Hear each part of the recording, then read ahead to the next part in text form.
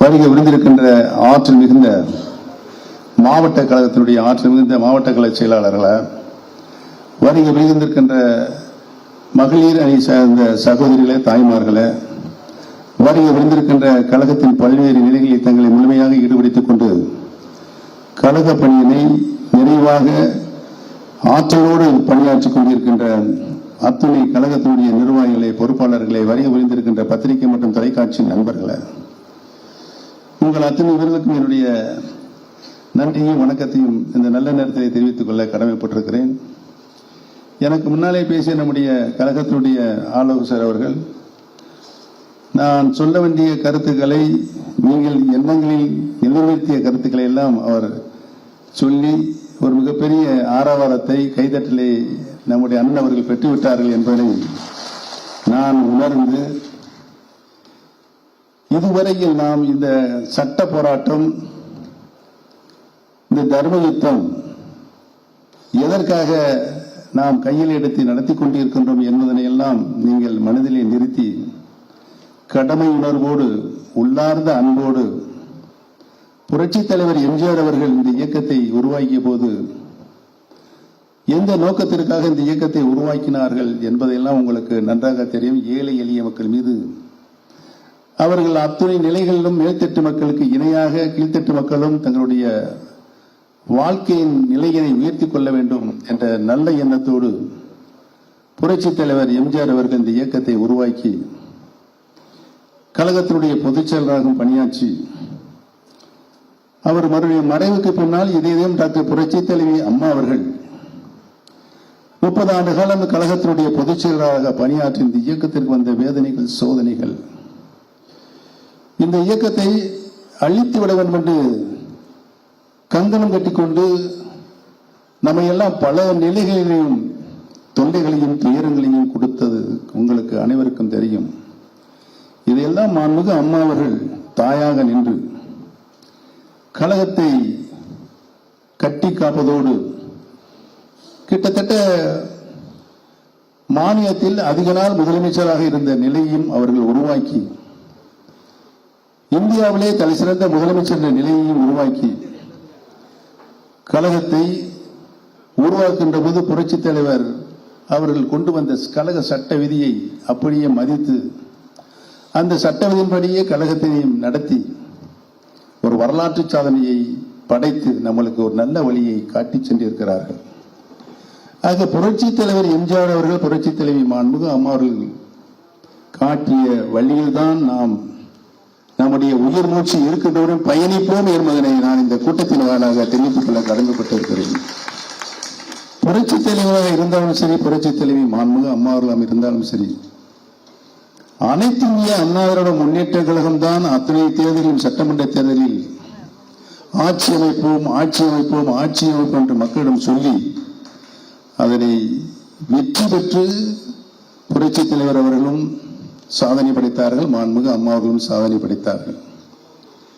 இன்றைக்கு இருக்கின்ற சூழல், கழகம் பல்வேறு பிரச்சனைகளை தலையிட்டு இன்றைக்கு சிக்குண்ட இருக்கின்ற காரணத்தினால் இங்கு உட்கார்ந்து இருக்கின்ற அத்துணை நண்பர்கள் இந்த 2 ஆண்டு காலம் நடைபெற்றுக் கொண்டிருக்கின்ற சட்ட போராட்டத்தில் தங்களை முழுமையாக ஈடுபடுத்திக் கொண்டு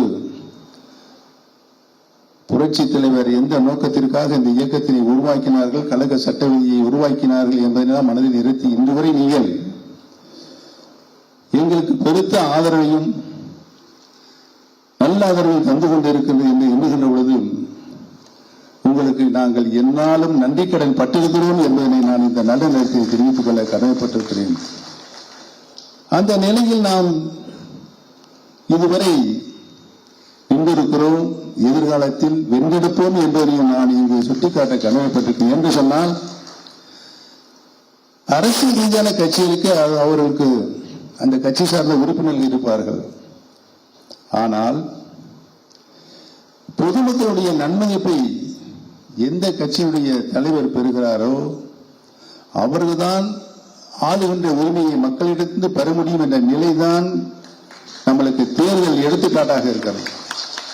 அதைத்தான் புரட்சித் தலைவர் எம்ஜிஆர் அவர்களும் புரட்சித் தலைவி மாண்புமிகு அம்மா அவர்களும் கழகத்தை ஒருங்கிணைந்து கழக உறுப்பினர்களை ராணுவ கட்டுப்பாடோடு நடத்தி விசுவாசமிக்க தொண்டர்களை உருவாக்கி அதோடு மட்டுமல்லாமல் ஆட்சி மூலமாக பொதுமக்களுடைய நன்மதிப்பையும் பெற்று இந்த தேர்தலில் அனைத்து இந்திய அண்ணா முன்னேற்ற கழகம் ஆளுகின்ற உரிமையை தமிழக மக்களிடம் பெற்றிருக்கிறது என்பதுதான் வரலாறு.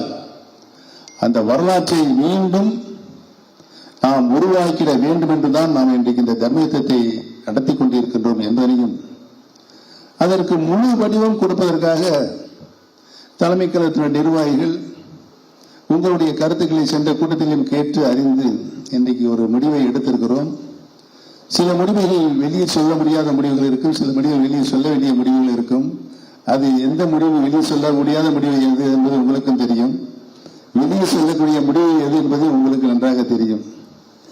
ஆக அதையெல்லாம் நீங்கள் எங்களை கூட உருவாக்கி கொண்டு நீங்களும் அந்த நிலையை உருவாக்கி கொண்டு அருமை அண்ணன் அவர்கள் இன்றைக்கு அறிவித்தார்களே மாவட்ட ஆலோசனை கூட்டங்கள், ஒரு மாநில மாநாடு நடத்தி வருவது என்று முடிவெடுக்கப்பட்டது.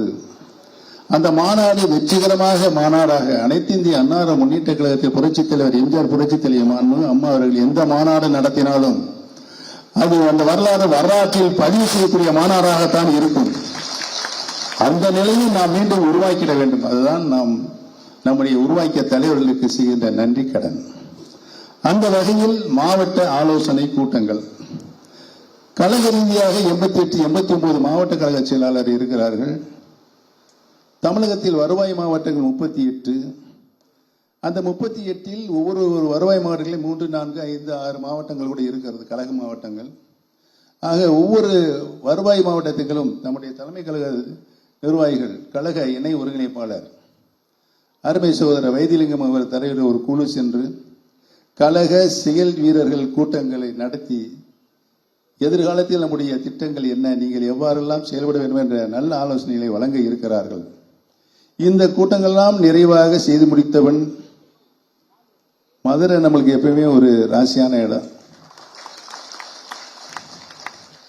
மாண்புமிகு அம்மா அவர்கள் 2011 சட்டமன்ற தேர்தலை எதிர்நோக்கி இருக்கிற நேரத்தில் எங்களிடம்தான் மாண்புமிகு அம்மா அவர்கள் தமிழ்நாட்டில் எந்தெந்த மாவட்டங்களில் மண்டல வாரியாக கூட்டங்கள் நடத்தலாம் என்று சொன்ன பொழுது கோயம்புத்தூர், திருச்சி, மதுரை நடத்தலாம் என்று மாண்புமிகு அம்மா அவர்கள் சொன்னபோது ஒவ்வொரு கூட்டமும் முதல் நடத்திய கூட்டங்களுக்கு மிகையாக அந்த கூட்டங்கள் வெற்றிகரமாக நடத்த வேண்டும் என்று மாண்புமிகு அம்மா அவர்களுக்கு ஆணையிட்டதன் அடிப்படையில் முதலாவதாக கொங்கு மண்டலத்தில் கோயம்புத்தூரில் நடத்தப்பட்டது. அடுத்து திருச்சி மண்டலத்தில் நடத்தப்பட்டது. அடுத்து மதுரை மண்டலத்தில் நடத்தப்பட்டது. அந்த முடிவுக்கு பிறகுதான் 2014 மீண்டும்